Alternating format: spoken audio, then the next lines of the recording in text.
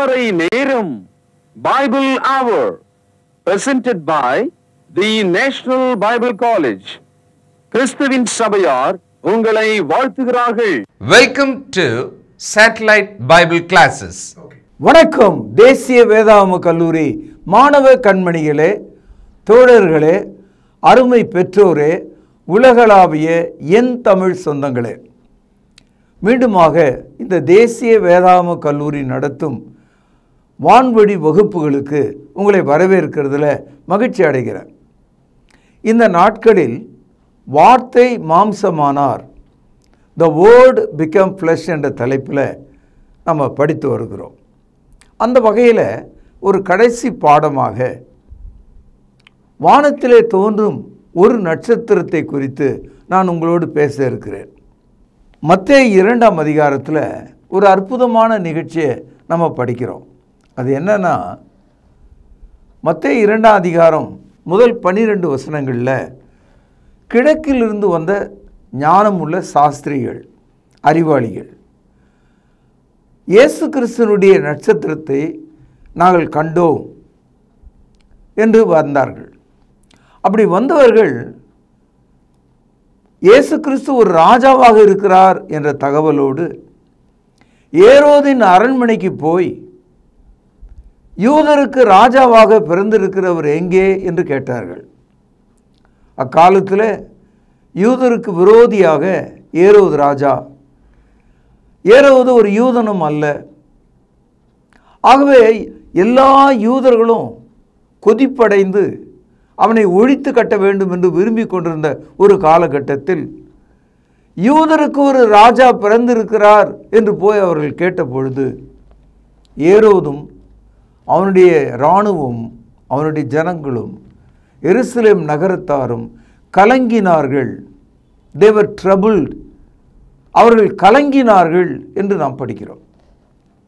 இதையெல்லாம் நீங்கள் மத்தேயு 2ஆம் அதிகாரம் முதல் 12 வசனங்களில் படிக்கலாம். இந்த கிழக்கிலிருந்து வந்த சாஸ்திரிகள், ஞானிகள் இந்த நட்சத்திரத்தை பார்த்தோம் என்று சொல்கிறார்களே, வானத்தில் எத்தனை நட்சத்திரம் இருக்குது? அதை யாராவது எண்ண முடியுமா? வானத்தில் உள்ள நட்சத்திரங்களை யாராலும் எண்ண முடியாது என்பது தேவனுக்கே தெரியும். இதை ஆதியாகமம் 15ஆம் அதிகாரம் 5வது வசனத்தில் படிக்கிறோம். No man ever could count all the stars on the heaven. வானத்தில் இருக்கிற எல்லா நட்சத்திரங்களையும் மனிதனால் எண்ண முடியாது. இன்றைக்கு இருக்கிற தொலைநோக்கியின் வழியாக புது புது நட்சத்திர மண்டலங்களை பால்வெளியிலே கண்டதாக படம் எடுத்து காண்பிக்கிறார்கள்.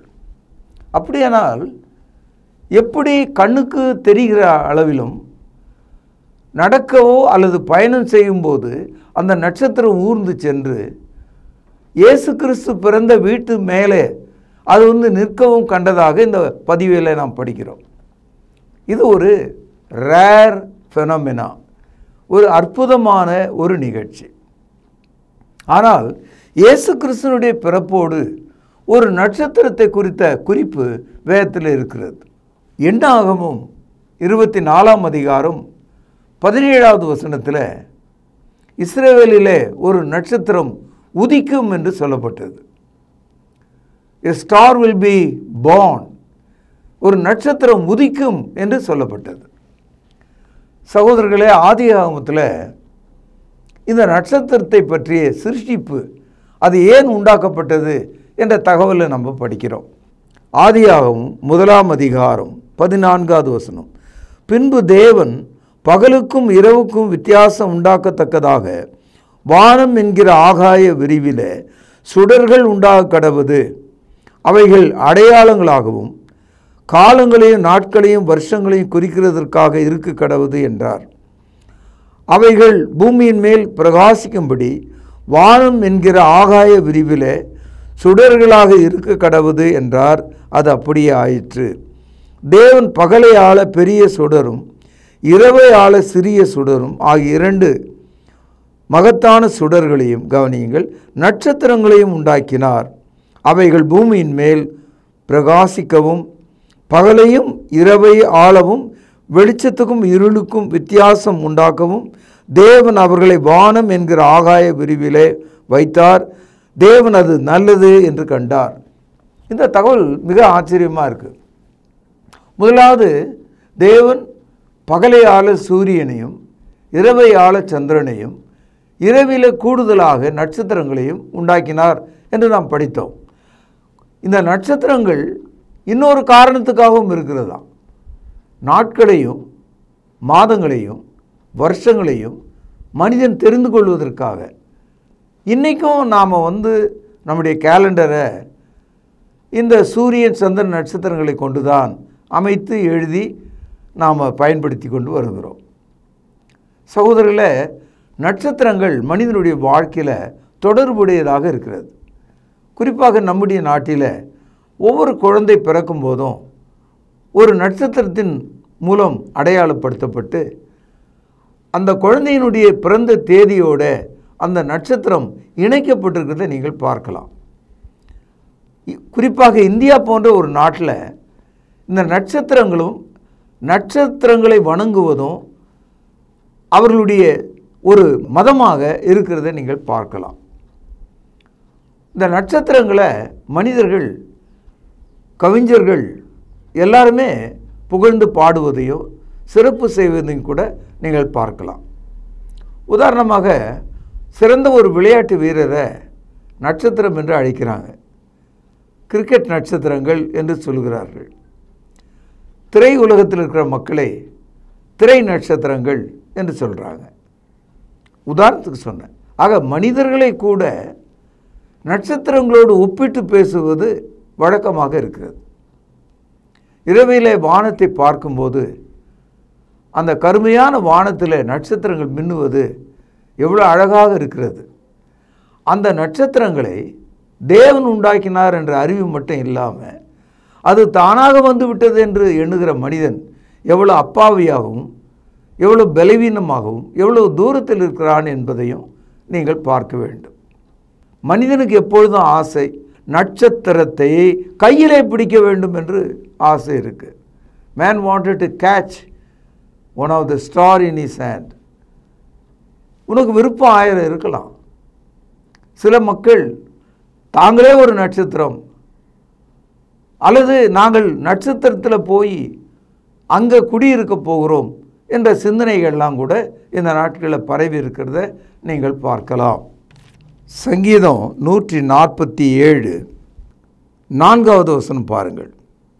அவர் நட்சத்திரங்களின் இலக்கத்தை எண்ணி அவைகளுக்கெல்லாம் பெயரிட்டு அழைக்கிறார். ரொம்ப ஆச்சரியமாக இருக்குது. ஆதியாகமத்தில் இரவை ஆள சந்திரனையும் நட்சத்திரங்களையும் உண்டாக்கினவர், அது மனிதனுடைய நாளுக்காகவும் மாதத்துக்காகவும் வருஷத்துக்காகவும் பயன்படும் என்று உண்டாக்கினவர், ஒவ்வொரு நட்சத்திரத்தையும் தேவனால் பேர் சொல்லி அழைக்க முடியும் என்ற ஒரு தகவலை நம்ம இங்கே படிக்கிறோம். இது ரொம்ப ஆச்சரியமாக இருக்குது. God can call each one of the stars by name. பாருங்கள், அவர் நட்சத்திரங்களின் இலக்கத்தை எண்ணி அவைகளுக்கெல்லாம் பேரிட்டு அழைக்கிறார். அன்பு சகோதரர்களே, இதை நீங்கள் மனதில் உள்வாங்கி கொள்ள வேண்டும்.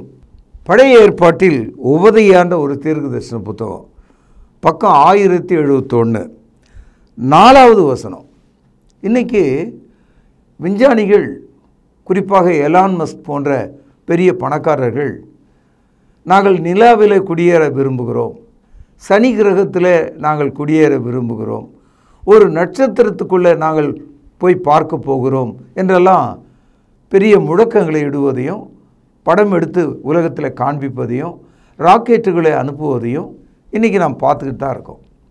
ஆனால் ஆண்டவர் சொல்கிறாரு, நீ நட்சத்திரத்துக்கே போனாலும் அங்கேருந்து உன்னை நான் கீழே தள்ளி விடுவேன். Man cannot go.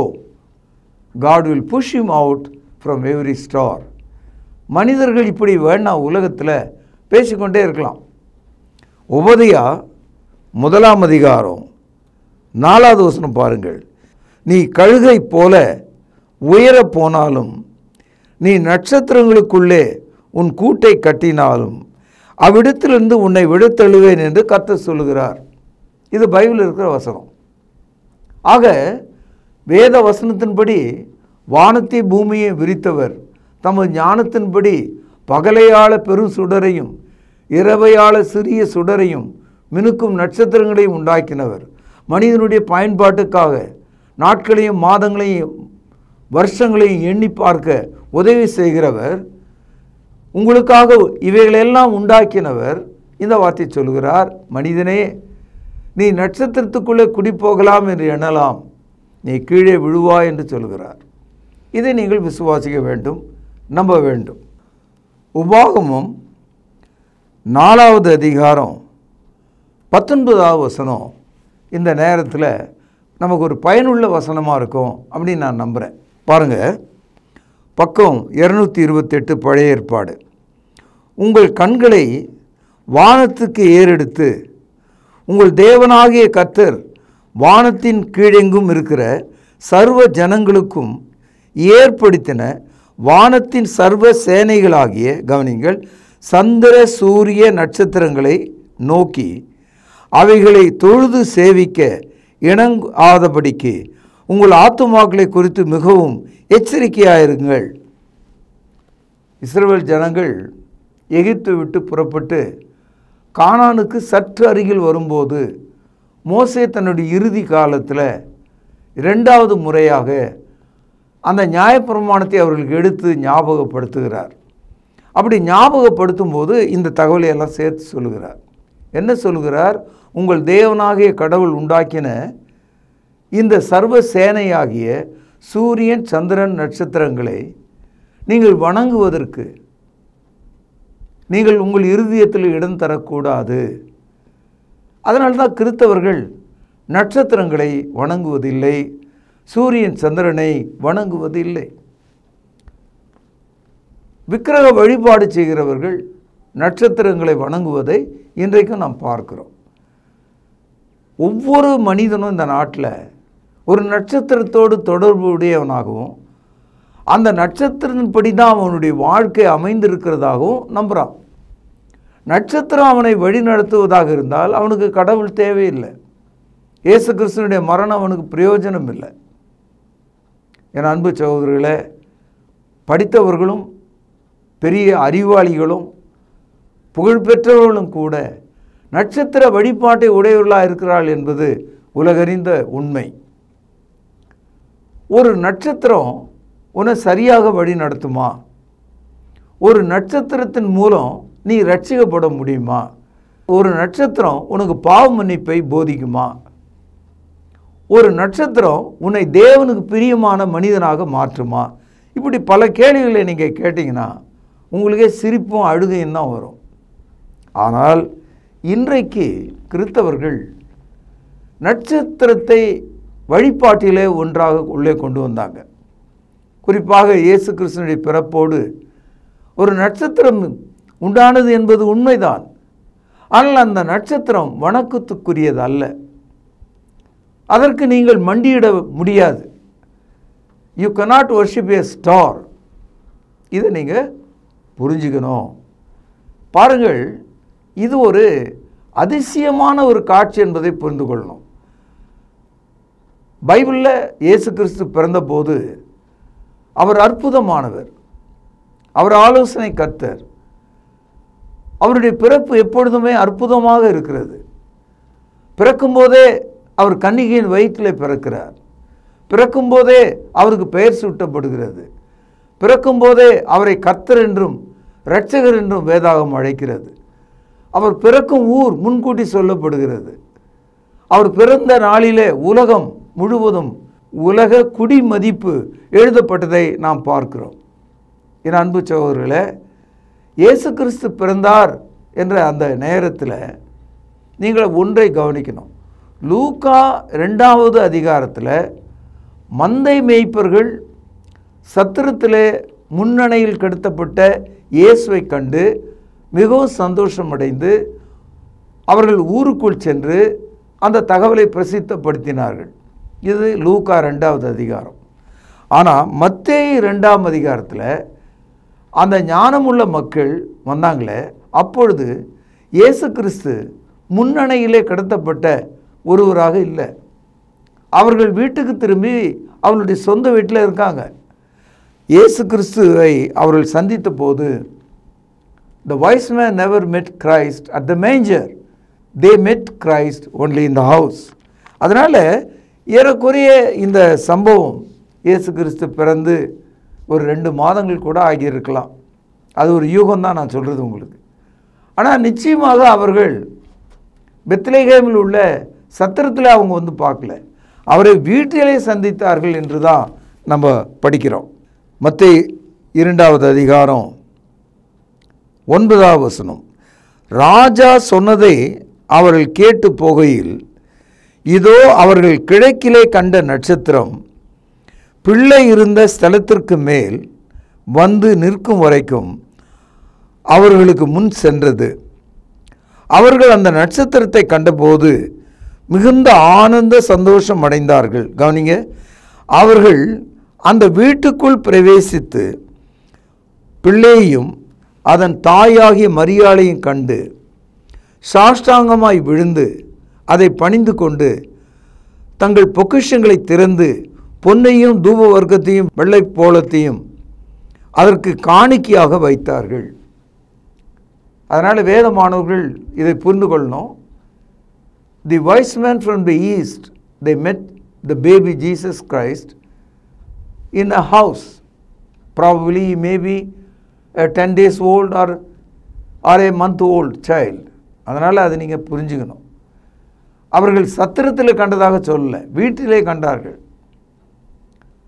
இங்கே அந்த நட்சத்திரம் அது அது அப்படியே கடந்து வருகிறது. அதை பார்த்து கொண்டே இவர்கள் வந்தார்கள் என்று சொல்கிறார். இன்றைக்கி கூகுள் மேப்னு ஒன்று இருக்குது. நீங்கள் அதில் ஒரு அட்ரஸை போட்டிங்கன்னா அது நேராக நம்மளை அந்த இடத்துக்கு வந்து சரியாக காட்டுறதை நீங்கள் பார்க்கலாம்.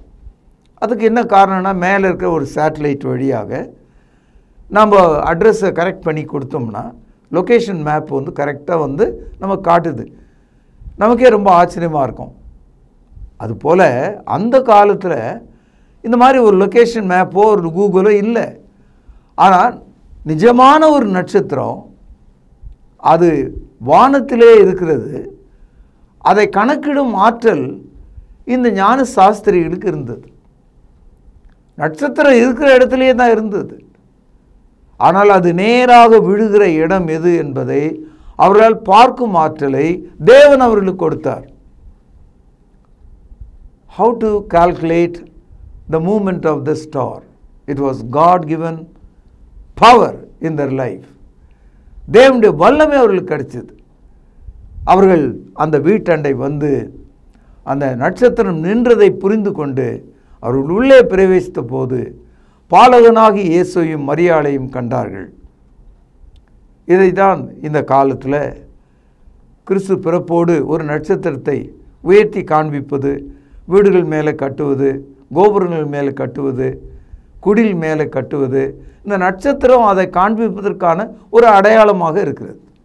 ஆனால் எந்த ஒரு சூழ்நிலையிலும் எந்த ஒரு நட்சத்திரத்தையும் நீங்கள் கை கூப்பி வணங்க முடியாது, தொழுது கொள்ள முடியாது. நட்சத்திரத்தை கண்டு நீங்கள் தேவனை தெரிந்து கொள்ள முடியாது. இயேசு கிறிஸ்துவினுடைய உயிர்த்தெழுதலுக்கு பிறகு ஒரு மனிதன் ரட்சிக்கப்பட விரும்பினால் இந்த சாஸ்திரிகளைப் போல வானத்தில் இருக்கிற ஒரு நட்சத்திரத்தை பார்த்து நீ ரட்சிக்கப்பட முடியாது.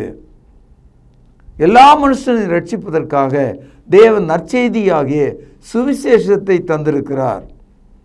மத்தேயு 28ஆம் அதிகாரம் 29ஆம் வசனத்தில் படிக்கிறோம். ஆகையால் நீங்கள் புறப்பட்டு போய் சகல இனத்தாரையும் சீஷராக்கி அவர்களுக்கு பிதா குமாரன் பரிசுத்த ஆவியின் நாமத்திலே ஞானஸ்தானம் கொடுத்து நான் போதித்த யாவற்றையும் அவர்கள் கைக்கொள்ளும்படி அவர்களுக்கு உபதேசம் பண்ணுங்கள் என்றார். இதோ உலகத்தின் முடிவு பரியந்தமும் நான் உங்களோடு கூட இருக்கிறேன் என்றார். இந்த தகவல் நட்சத்திரத்தை மார்க்கமாக மதமாக கொள்கிறவர்களுக்கு எதிரடியாக இருக்கிறது. ஏனென்றால் ஒவ்வொரு மனிதனும் இயேசு கிறிஸ்துவனுடைய நற்செய்தியாகிய சுவிசேஷத்தை கேட்டு விசுவாசித்து மனம் திரும்பி ஒப்புக்கொண்டு ஞானஸ்நானம் பெறும்போது அவன் ரட்சிக்கப்படுகிறான். நட்சத்திரம் எனக்கு ஒன்று தேவை, நான் நட்சத்திரத்தை பார்த்தேன், நட்சத்திரம் எனக்கு இதை சொன்னது என்று உங்களில் யாராவது ஒரு தீர்க்கதரிசி எழுப்பி சொல்லுவானால் அவன் தேவனுடைய வார்த்தைக்கு விரோதி, அவன் ஒரு துன்மார்க்கன், அவன் நரகத்துக்குரியவனாயிருப்பான். ஆக நான் உங்களிடத்தில் சொல்ல வந்த செய்தி தான், you cannot worship a star in your life. ஒரு நட்சத்திரத்தை நீங்கள் வணங்க முடியாது, வணங்கக்கூடாது. இந்த அற்புதமான இந்த சூழலை, அதாவது இந்த கிழக்கிலிருந்து வந்த சாஸ்திரிகள் அனுபவித்த அந்த விஷயத்தை, அந்த நட்சத்திரின் அனுபவத்தை நீங்கள் எனக்கு வேண்டும் என்று கோர முடியாது. இது அவர்களோடு முடிஞ்சது, அது ஒரு முறை நிகழ்ந்தது. அதை நீங்கள் இன்றைக்கு பின்பற்ற விரும்பினால் அது ஆபத்திலே முடியும். ஆமோஸ் தீர்க்கதரிசன புத்தகம் 5வது அதிகாரம் 7-8 வசனங்கள், பழைய ஏற்பாட்டில் 1067வது பக்கம். நியாயத்தை எட்டியாக மாற்றி நீதியை தரையிலே விழப்பண்ணுகிறவர்களே, அவரை தேடுங்கள். அவர் அருமீன்களையும் மிருக ரிஷபங்களையும் உண்டாக்கினவர். அவர் மரண இருளை விடியற்காலமாக மாற்றி பகலை ராத்திரியாக அந்தகாரப்படுத்துகிறவர். அவர் சமுத்திரத்தின் தண்ணீர்களை வரவழைத்து அவைகளை பூமியின் மேல் விசாலத்தின் மேலே ஊற்றுகிறவர். கர்த்தர் என்பது அவருடைய நாமம். தேவன் நமக்கு மழையை உண்டாக்குகிறார். கடலில் உள்ள தண்ணீரை ஆவியாக ஏற்றி மழையாக பொழியச் செய்கிறார். எல்லா நட்சத்திரத்த கூட்டங்களையும் அவர் நமக்கு உண்டாக்கினவராக இருக்கிறார். இன்றைக்கி ஸ்டார் பவர், ஸ்டார் அஸ்ட்ராலஜி என்றெல்லாம் தினமும் பத்திரிகையிலும் தொலைக்காட்சிகளிலும் நட்சத்திரங்களை குறித்து போதித்து பணம் சம்பாதிக்கிற ஒரு கூட்டத்தை நாம் பார்க்கிறோம். உன்னுடைய பிறந்த தேதியும் உன்னுடைய மரண நாளையும் நட்சத்திரத்தால் நீங்கள் தெரிந்து கொள்ள முடியாது. உன்னுடைய அக்கிரமங்களாகிய பாவங்களையும் அநியாயங்களையும் மீறுதல்களையும் நட்சத்திரங்களால் நீங்கள் புரிந்து கொள்ள முடியாது. சமுதாயத்தில் வயதுக்கு வந்த ஒரு பெண்ணை நட்சத்திரத்தின் பெயரை சொல்லி செவ்வாய் தோஷம் உனக்கு இருக்கிறது என்ற ஒரு போதனை ஜாதியை நம்புகிற, தீண்டாமையை போதிக்கிற மக்களால் உருவாக்கப்பட்டது. ஒரு பெண்ணை கெடுக்க வேண்டுமானால், அவளுடைய திருமணத்தை அழிக்க வேண்டுமானால் அவளுக்கு செவ்வாய் தோஷம் என்று சொன்னால், செவ்வாய் என்பது ஒரு நட்சத்திரம், ஒரு கிரகம். அதை சொல்லி நம்ம ஏமாற்றுகிறார்கள். இதை நீங்கள் எண்ணி பார்க்க வேண்டும். சகோதரர்களே, கிறிஸ்தவ வாழ்க்கையில் இந்த நட்சத்திரம் என்பது ஆவிக்குரிய வகையில் நீங்கள் புரிந்து கொள்ளலாம். வெளிப்படுத்தல் 1வது அதிகாரம் 16வது வசனம். தமது கரத்திலே 7 நட்சத்திரங்களை ஏந்தி கொண்டிருந்தார். அவர் வாயிலிருந்து இருபுறமும் கருக்குள்ள பட்டயம் புறப்பட்டது. அவருடைய முகம் வல்லமையாய் பிரகாசிக்கிற சூரியனைப் போல் இருந்தது. நான் அவரை கண்டபோது செத்தவனைப் போல அவர் பாதத்தில் விழுந்தேன். இது வெளிப்படுத்தல்ல, யோவான் தனக்கு ஏற்பட்ட அனுபவத்தை சொல்கிறார். இயேசு கிறிஸ்துவினுடைய வல்லமையை பரிசுத்த ஆவியானவர் நமக்கு அறிமுகப்படுத்துகிறார். எல்லா சூரியன் சந்திரனையும் அவர் தமது கரத்தில் வைத்திருக்கிறார். 7 என்பது பூரண எண்ணை குறிக்கிறது. அது யூதர்களுக்கு தெரிந்தது. 7 is a perfect number for the people of Jews. அதனால் இயேசு கிறிஸ்து எல்லா அதிகாரம் உடையவர் என்பதை, அவர் கையில் நட்சத்திரம் இருக்கிறது, அவர் வாயில் நியாய தீர்ப்புக்குரிய வசனங்கள் இருக்கிறது, உங்களையும் என்னையும் விசாரிக்கத்தக்கதான கூறிய பட்டயமாகிய அந்த நியாய தீர்ப்பு அவருடைய வாயில் இருக்கிறது. இதை கண்டபோது யோவான் செத்தவனைப் போல விழுந்தான் என்று நாம் படிக்கிறோம். வெளிப்படுத்தல் 22ஆம் அதிகாரம் 16வது வசனம். சபைகளில் இவைகளை உங்களுக்கு சாட்சியாக அறிவிக்கும்படி இயேசுவாகிய நான் என் தூதனை அனுப்பினேன். நான் தாவீதின் வேரும் சந்ததியும், கவனிங்க, பிரகாசம் உள்ள விடிவெள்ளி நட்சத்திரமாய் இருக்கிறேன் என்றார். அதனால் இயேசு கிறிஸ்துனுடைய மகிமை ஒரு விடிவெளி நட்சத்திரத்துக்கு ஒப்பாக பேசப்பட்டிருக்கிறதை நீங்கள் பார்க்கலாம். 1வது அதிகாரம் 19வது வசனம். அதிக உறுதியான தீர்க்க தரிசன வசனமும் நமக்கு உண்டு. பொழுது விடிந்து விடிவெள்ளி உங்கள் இருதயங்களில் உதிக்கும் அளவும் இருளுள்ள ஸ்தலத்திலே பிரகாசிக்கிற விளக்கை போன்ற அவ்வசனத்தை கவனித்திருப்பது நலமாயிருக்கும். இந்த இடத்துல விசுவாசிகளாகிய நீங்களும் நானும் தேவனுடைய வார்த்தையை மனதில் வைத்துக் கொள்ளும்போது, ஏற்றுக்கொள்ளும்போது, இரவிலே பிரகாசிக்கிற விடிவெள்ளியைப் போல அது நம்முடைய மனதில் இருக்கிறது. ஆகவே வானத்தில் ஒரு நட்சத்திரத்தை நீங்கள் தேட வேண்டாம். உங்கள் இருதயத்தில் இருக்கிற வசனம் இந்த உலகத்தில் இருக்கிற இருளிலே நீங்கள் வாழ்வதற்கான விடிவெள்ளியாக இருக்கிறது என்று சொல்கிறார். எனவே அன்பு சகோதரர்களே, நம்முடைய வாழ்க்கையில் இயேசு கிறிஸ்துவை சந்திக்க வந்த ஞானிகள் தேவனுடைய பேரருளால் கோடானு கோடி நட்சத்திரங்களில் ஒரு நட்சத்திரம் அவளுடைய பார்வையில் பார்க்கும் அளவுக்கும், அந்த ஞானமுள்ள மக்கள் அவர்களுடைய பார்வையில் அதை காணக்கூடியதாகவும், அவர்கள் நடந்து வந்தபோது அந்த நட்சத்திரம் நகர்ந்து சென்றதாகவும், அந்த நட்சத்திரத்தின் அளவை பார்த்து புறப்பட்டு வந்த அந்த ஞானிகள் இயேசு இருந்த வீட்டின் வாசல் அண்டை வந்தபோது அது அந்த வீட்டுக்கு மேல் நின்றது என்ற ஒரு தகவலை நம்ம படிக்கிறோமே. இது இன்றைய விஞ்ஞான உலகத்தில் சாத்தியமானதா என்று கேட்டால் சாத்தியம். அதனால தான் நம்மால் ஒரு வீட்டை, ஒரு எண்ணை உலகத்தில் எந்த இடத்தையும் ஒவ்வொரு இன்ச்சாக இந்த லொக்கேஷன் மேப்பு, கூகுள் மேப்பு நமக்கு காண்பிப்பதை நாம் அறிந்திருக்கிறோம். ஒரே ஒரு சேட்டலைட் நமக்கு உதவி செய்யுமானால் தேவனால் உண்டாக்கப்பட்ட நட்சத்திரம் அவருடைய வல்லமையின்படியே அந்த 3 அல்லது 4 அந்த மனிதர்களுக்கு, ஞானிகளுக்கு வழிகாட்ட செய்வது தேவனுக்கு சித்தமான ஒரு காரியமே. ஆனால் நட்சத்திரங்களே நமக்கு வழிகாட்டிகளாக மாறிவிட முடியாது. ஏனென்றால் இயேசு கிறிஸ்துவினுடைய பிறப்போடு காண்பிக்கப்பட்ட அந்த நட்சத்திரம் ஒரு முறை வரலாற்றில் காணப்பட்டது. இன்றைக்கி யாராவது நட்சத்திரத்தை பார்த்து நீங்கள் உங்கள் மார்க்கத்தை, மதத்தை நீங்கள் பின்பற்றுவதாக இருந்தால் நீங்கள் வழி தப்பி கெட்டுப்போவீர்கள். ஏனென்றால் நட்சத்திரங்கள் சமயத்தில் கீழே விழுந்து சாம்பலாக போவதை நம்ம கவனிக்கிறோம். ஃபாலன் ஸ்டார் என்று அதை அழைப்பார்கள். யூதாவின் பொதுவான நிருபம் 13வது வசனம். தங்கள் அவமானங்களை நுரை தள்ளுகிற அமளியான கடல் அலைகளும், கவனிங்க, மார்க்கம் தப்பி அலைகிற நட்சத்திரங்களுமாயிருக்கிறார்கள். இவர்களுக்காக என்றென்றைக்கும் காரிருளே வைக்கப்பட்டிருக்கிறது.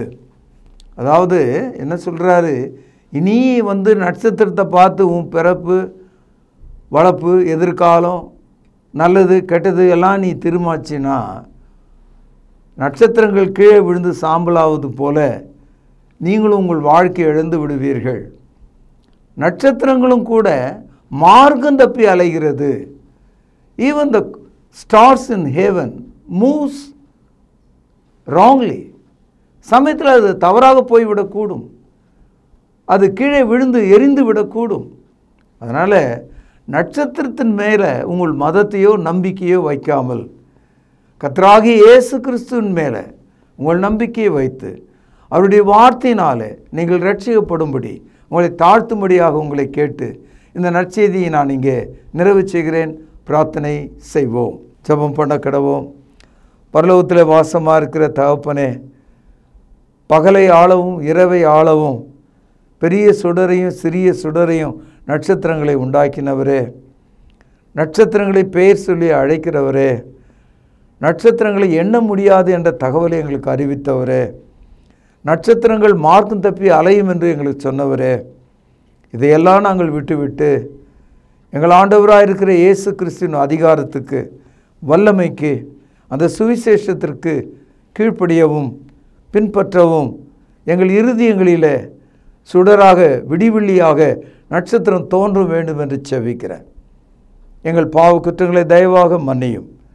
ஆண்டவர் இயேசுவின் நாமத்தில் ஜெபம் கேளும் ஜீவனுள்ள எங்கள் நல்ல பிதாவே, ஆமேன். தொடர்பு கொள்ள வேண்டிய முகவரி திருமறை நேரம் 58 சர்ச் தெரு, குமரன் நகர், சென்னை 6,82,000. செல்போன் 9385500882. கர்த்தாவே, தேவர்களில் உமக்குப்பானவர் யார்? வானத்திலும் பூமியிலும் உமக்குப்பானவர் யார்?